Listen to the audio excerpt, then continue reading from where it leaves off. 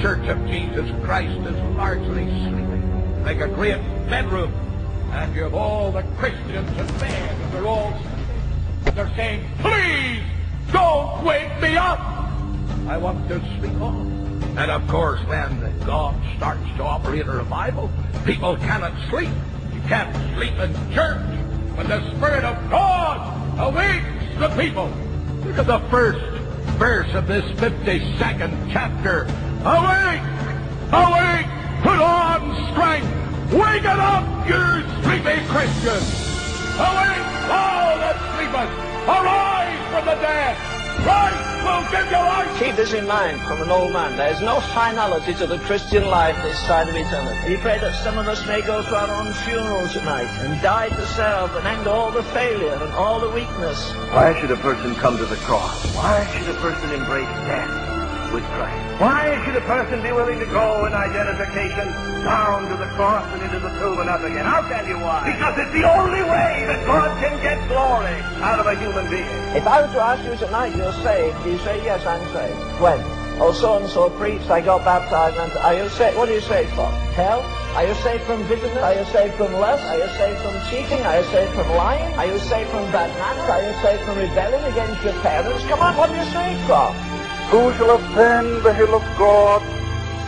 Who shall stand in his holy place?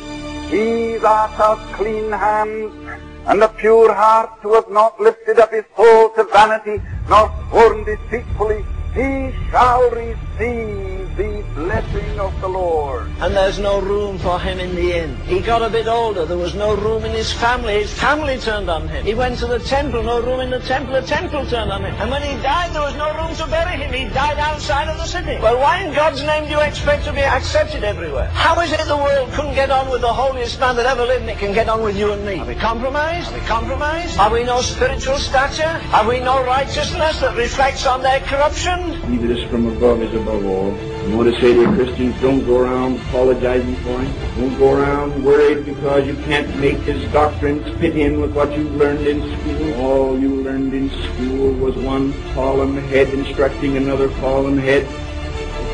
And you don't have to apologize for him. But as dear Dr. Tozer used to say, Len, you knew one thing about a man that was carrying a cross out of the city. You knew he wasn't coming back. Let's come to an altar and we go back the next week and we're as fascinated. We haven't spent half an hour with Jesus, but we'll stay 2 stinking hours in a movie house. And Paul says that's what the world is to me. It's a system of corruption and rottenness and vileness. It's anti-Christ from the world go.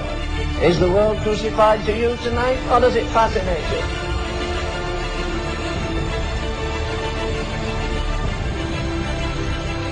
Do we not need a very much greater conception of how tremendously valuable a true expression of the church is to the Lord? It's priceless.